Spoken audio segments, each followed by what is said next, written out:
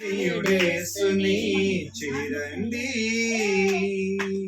కలవరమైన కలతలు ఉన్నా, కలవరమైన కలతలు ఉన్నా తొలగిపోవును, ఆలయాన చేరును. కలుగు సుఖమును ఆ ప్రభుని వేడును. మందిరములోనికి రండి, వందనీయుడేసుని చేరండి. దేవుని తేజస్సు నిలిచే స్థలమిది, క్షేమము కలిగించు ఆశ్రయపురమిది. దేవుని తేజస్సు నిలిచే స్థలమిది, క్షేమము కలిగించు ఆశ్రయపురమిది. ఎంతాడే ప్రేమలైనా వీడని అపజయములైనా, ఎంతాడే భయములైనా వీడని అపజయములైనా తొలగిపోవును, ఆలయాన చేరును. కలుగు సుఖములో ఆ ప్రభుని వేడును. మందిరములోనికి రండి, వందనీయుడేసుని చేరండి. సత్యము బోధించు దేవుని బడిది, ప్రేమను చాటించు మమతల కుడిది. సత్యము బోధించు దేవుని బడిది, ప్రేమను చాటించు మమతల కుడిది. శ్రమల వలన చింతమైనా, శత్రువుతో చిక్కులైనా, శ్రమల వలన చింతలైనా,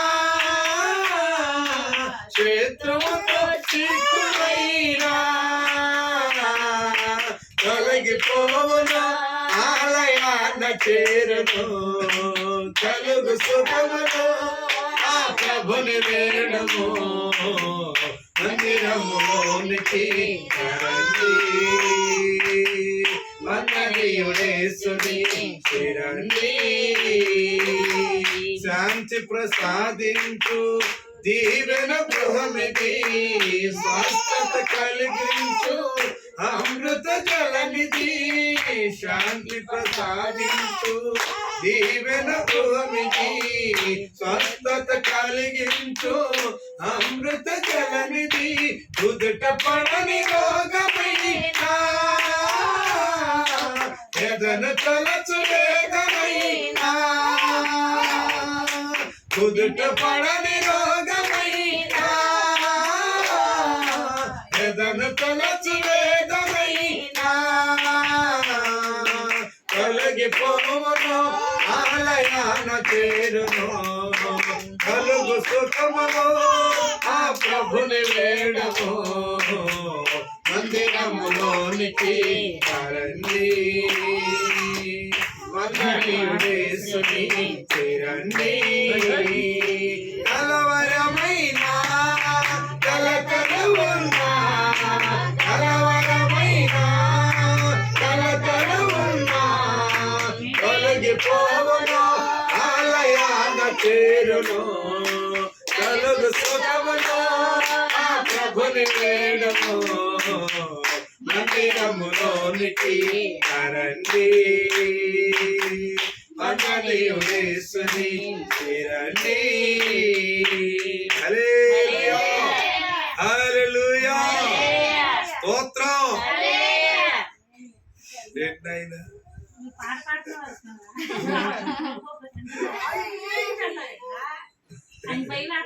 భయం కాదు, పాడు పాడు పాడు.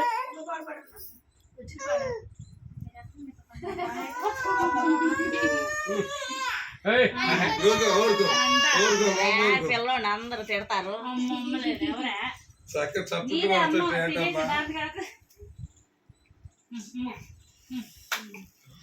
దేవుని స్తుతించుడి ఎల్లప్పుడు దేవుని స్తుతించుడి దేవుని స్తుతించుడి ఎల్లప్పుడు దేవుని స్తుతించుడి ఆయన పరిశుద్ధ ఆలయమందు ఆయన పరిశుద్ధ ఆలయమందు ఆయన సన్నిధిలో ఆయన సన్నిధిలో ఎల్లప్పుడు దేవుని స్తుతించుడి దేవుని స్తుతించుడి ఎల్లప్పుడు దేవుని స్తుతించుడి ఆయన బలమును ప్రసిద్ధు చేయ ఆయన బలమును ప్రసిద్ధు చేయ ఆకాశ విశాలమందు ఆకాశ విశాలమందు ఎల్లప్పుడు దేవుని స్తుతించుడి దేవుని స్తుతించుడి ఎల్లప్పుడు దేవుని స్తుతించుడి ఆయన పరక్రమ కార్యము మాటి ఆయన పరక్రమ కార్యము మాటి ఆయన ప్రభావమును ఆయన ప్రభావమును ఎల్లప్పుడు దేవుని స్తుతించుడి దేవుని స్తుతించుడి ఎల్లప్పుడు దేవుని స్తుతించుడి పిల్లన గోవులు చల్లగనోని పిల్లన గోవులు చల్లగనోని ఎల్ల ప్రజలు చేరి ఎల్ల ప్రజలు చేరి ఎల్లప్పుడు దేవుని స్తుతించుడి దేవుని స్తుతించుడి ఎల్లప్పుడు దేవుని స్తుతించుడి ధ్వనితో ఆయన స్తుతించుడి ధ్వనితో ఆయన స్తుతించుడి మండలములతో స్వరములతో ఎల్లప్పుడు దేవుని స్తుతించుడి దేవుని స్తుతించుడి ఎల్లప్పుడు దేవుని స్తుతించుడి సంబరతోను నాట్యముతోను సంబరతోను నాట్యముతోను కాంతి వజములతో కాంతి వజములతో ఎల్లప్పుడు దేవుని స్తుతించుడి దేవుని స్తుతించుడి ఎల్లప్పుడు దేవుని స్తుతించుడి సన్నతాంతుల సితారతోను సన్నతాంతుల సితారతోను సాకని స్వరములతో సాకని స్వరములతో ఎల్లప్పుడు దేవుని స్తుతించుడి దేవుని స్తుతించుడి ఎల్లప్పుడు దేవుని స్తుతించుడి భోగతలములతో ఆయన స్తుతించుడి భోగతలములతో ఆయన స్తుతించుడి గంభీర తాళముతో గంభీర తాళముతో ఎల్లప్పుడు దేవుని స్తుతించుడి దేవుని స్తుతించుడి ఎల్లప్పుడు దేవుని స్తుతించుడి సకల ప్రాణుల యెహోవాను స్తుతించుడి సకల ప్రాణుల యెహోవాను స్తుతించుడి హల్లెలూయా ఆమేన్ హల్లెలూయా ఆమేన్ ఎల్లప్పుడు దేవుని స్తుతించుడి దేవుని స్తుతించుడి అప్పుడు దేవుని స్తుతించుడి. హల్లెలూయా హల్లెలూయా.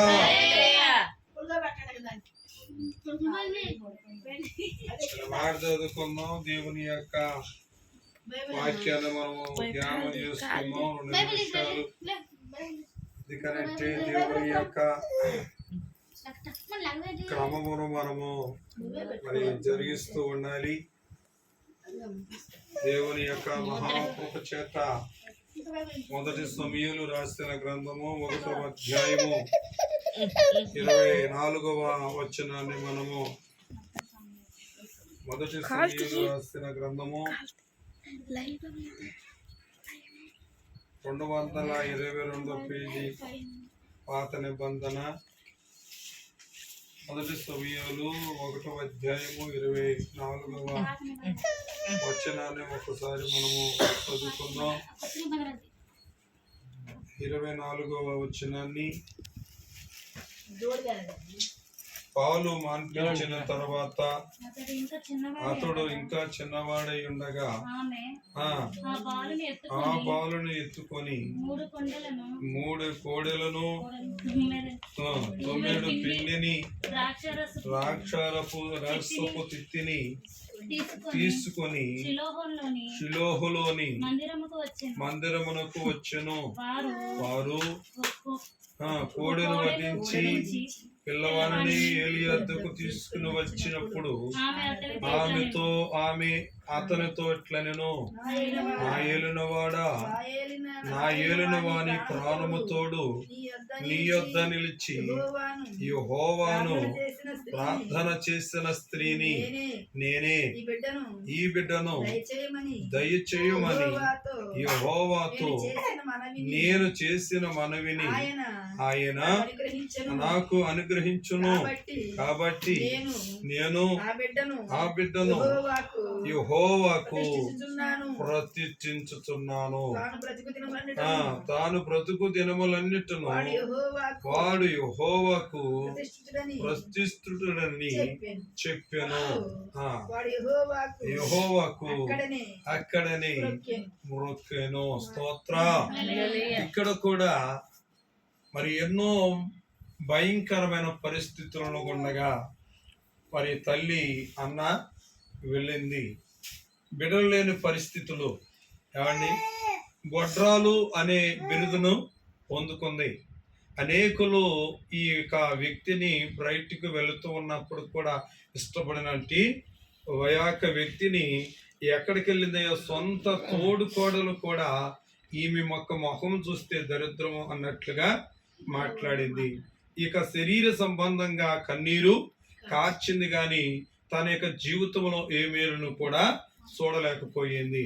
అప్పుడు గుర్తుకొచ్చింది, ప్రతి ఒక్క సంవత్సరము కూడా ప్రతి ఒక్క మరి సంవత్సరము కూడా ప్రతి ఒక్క ఏడాది ఎక్కడికి వెళుతూ ఉండేది అంటే షిలోహ మందిరంలోనికి వెళుతూ ఎల్కానా తన యొక్క భర్త ఏం చేస్తూ ఉండేవాడంటే దేవుని యొక్క సన్నిధానానికి వెళ్ళి ఏమండి దహన బలులను అర్పిస్తూ వస్తూ ఉండేవాడు. ప్రతి ఒక్క సంవత్సరము కూడా అలాగా అర్పిస్తూ ఉండగా అప్పుడు ఒక తీర్మానం చేసుకుంది, ఏలియా మందిరములోనికి వెళితే దేవుని యొక్క మందిరములోకి వెళితే నా యొక్క కొరత తీర్చబడిద్దని ప్రయోండి కన్నీరు కారుస్తూ కొన్ని దినాలు ఉపవాసం ఉండి దేవుని దగ్గర కన్నీరు కార్చింది, అంగలార్చటం ద్వారాగా దేవుడు ఏం చేశాడయ్యా అంటే ఆమె యొక్క కన్నీరును చూచాడు. దేవుడు చూచి ఆ గొడ్రాలు అనే బిరుదును తీసివేసి ఎవరిచ్చాడు? కుమారుడినిచ్చాడు.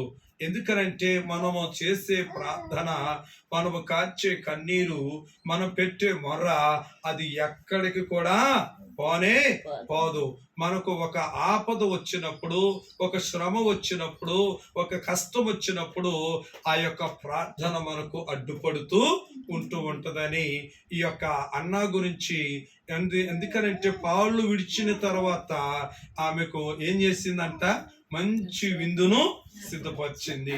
అందుకును కూడా ఒక మాటనిచ్చింది, అయ్యా నువ్వు గనక నాకు ఒక కుమారుడినిస్తే నేను పాలు ఇవ్వగానే ఎక్కడికి తీసుకుని వెళ్తాను?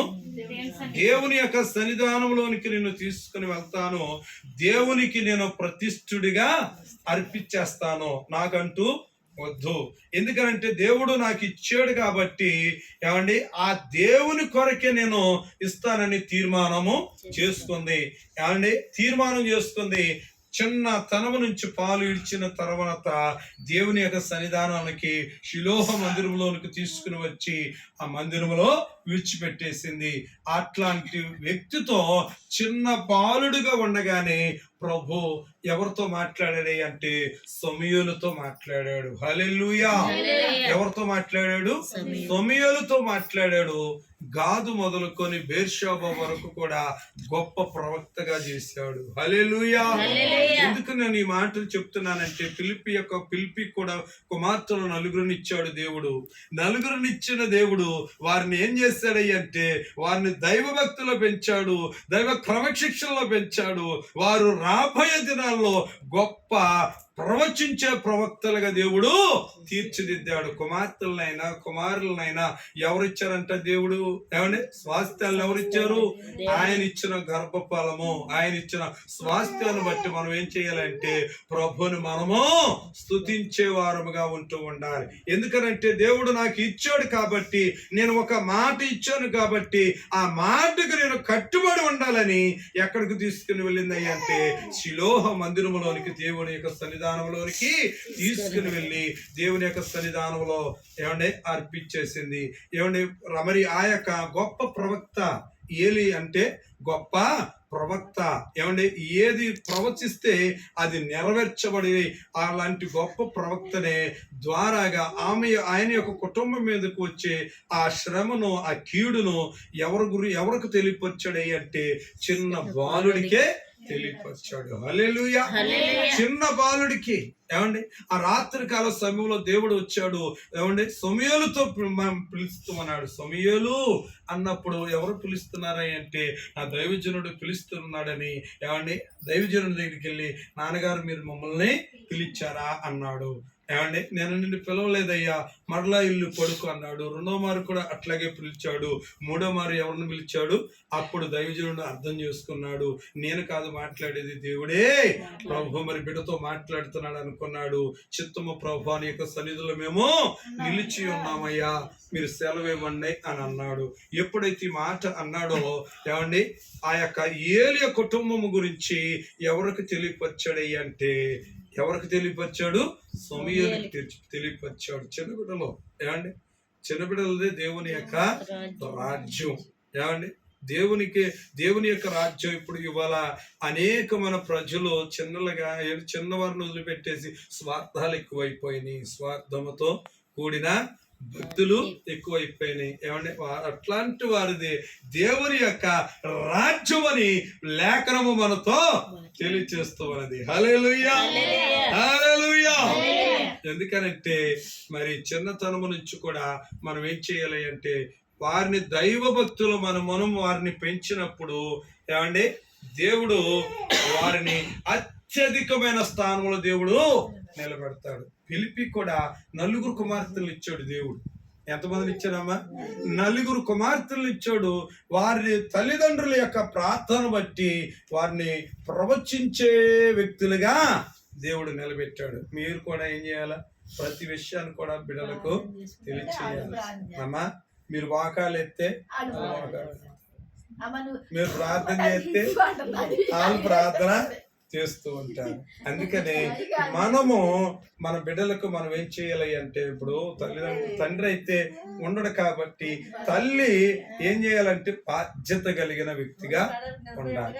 బాధ్యత కలిగి ఏం చేయాలి అంటే చిన్నతనముల నుంచి వారికి మరి ఎట్లాగైతే గోరు ముద్దలు పెడుతున్నావో ఈ వాక్యాన్ని కూడా వారికి నువ్వు గోరు ముద్దలుగా పెట్టినట్లుగా వానికి అట్లా అలవాటు చేస్తే అందుకని అంటాడు బాలుడు నడవవలసిన త్రోవలో వాడిని నడిపించాలి. మనం నడిపించాలి. తల్లి యొక్క పాత్ర ఏంటి?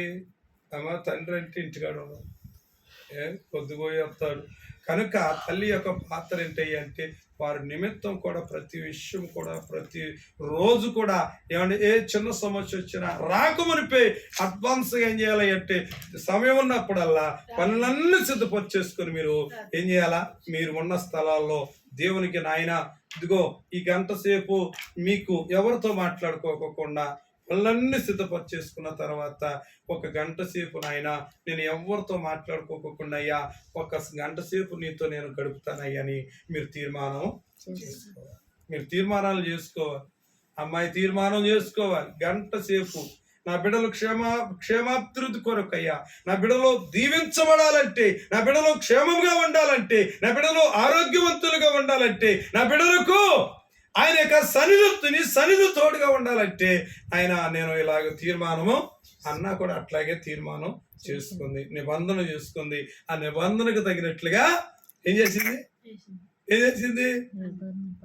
హల్లెలూయా. దేవుడు కొద్ది మాటలు తన యొక్క ఎన్నికలలో దీవించి ఆశీర్వదించును గాక.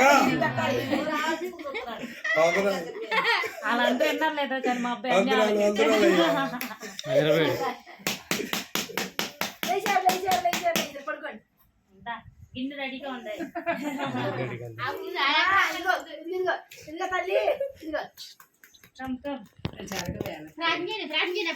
పరిశుద్ధుడా గొప్ప దేవ నీకే వందనాలు స్తోత్రాలు. సమయంలో మా ప్రభు మరి అన్నప్రసన్న కార్యక్రమం చేస్తూ ఉండగా ప్రభు ప్రతి విషయంలో ప్రభు నీ కార్యాన్ని మీరు జరిగించున్నారు. యేసు నామమున అడిగి వేడుకుంటున్నాం మా తండ్రి.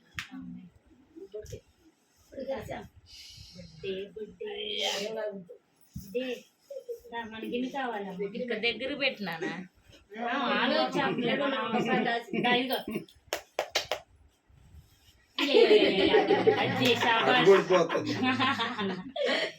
హెల్త్ పడాలి. దగ్గర పెట్టేసి అనా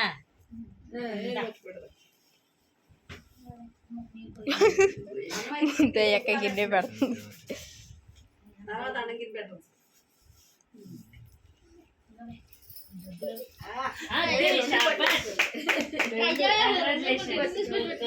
లేదు బుక్ పట్టుకున్నాక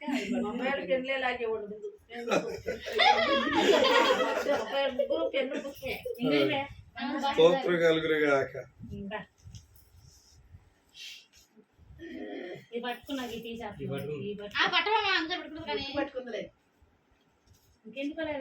డబ్బు పెట్టబాక డబ్బు డాచాలకి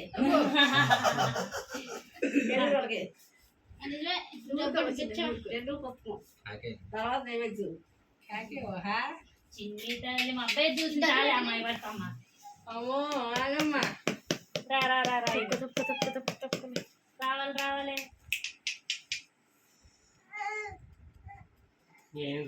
ఇది కావాలి మాకు ఇదే బెస్ట్. అంటే పట్టుకున్నావు కదా, ఇది పట్టుకోవేంటి?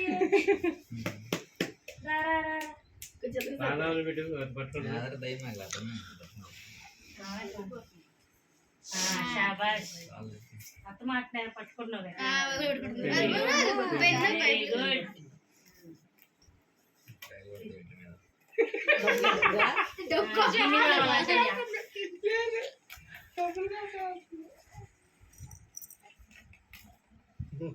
నవ్వుకుంటుందమ్మా,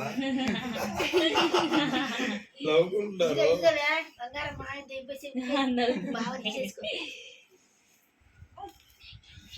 నవ్వుకుంటుందో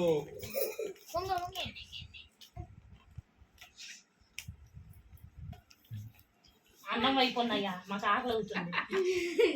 ఆ గిన్నె చూస్తుంది నుండి అది ఎలా పట్టుకోవాలా అది అందట్లేదా? పట్టుకో తల్లి పట్టుకో. వారు కొడుకు పెట్టేసావా పిల్లోడిని?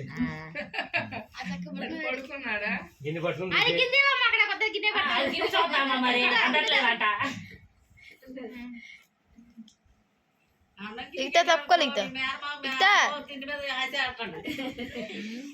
తప్పుకో వీడియో ఇంకొద్దంట అయిపోయింది. కొడుకు పెట్టు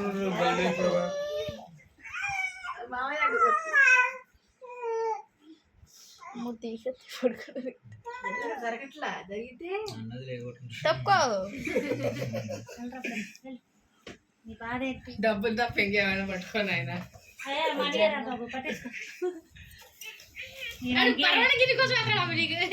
పట్టుకోకూడదు ఇవి పట్టుకోలే ఆ బట్ట అది పట్టుకున్నాడుగా అడిగి ఇంటికోసం వాళ్ళకి గిన్నె పట్టుకున్నాడు వదినా వదిలేసి ఆ కాళ్ళు ఎదురికి ఎప్పుడు లాగుతుంది ఎదరికి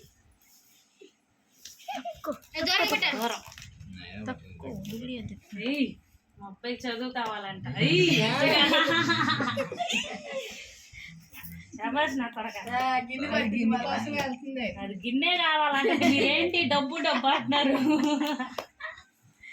గిన్నె పడుతుంది ఎదురుకన్నా నాకు గిన్నె కావాలంట డబ్బు పట్టిందిలే నువ్వురా నా తల్లి. మా అబ్బాయి చదువు కాళ్ళు నొప్పి అమ్మలే కాళ్ళు అదే వచ్చింది అదే పట్టింది అదే వెళ్ళాలి డబ్బు పట్టుకుందా అయితే మళ్ళీ ఫస్ట్ నుంచి స్టార్ట్ డబ్బు పట్టుకుందా ఇంకో రైట్ ఏది కావాలో చూసుకో నిర్ణయించుకో బంగారం కావాలా ఏ డబ్బాలు మమ్మీ నీ అన్నప్రాసన అయిపోయింది నేను దోచేసాను మంచిగా పారిపోతుంది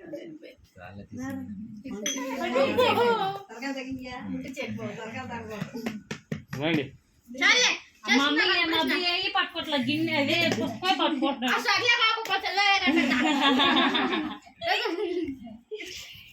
అయ్యా గంటిగా పట్టండి తల్లిదండ్రులు రెడీ కొట్టండి తీసింది అదే అమ్మో దాని డబ్బు చూడు డబ్బే పట్టేసుకుంది మామూలుగానా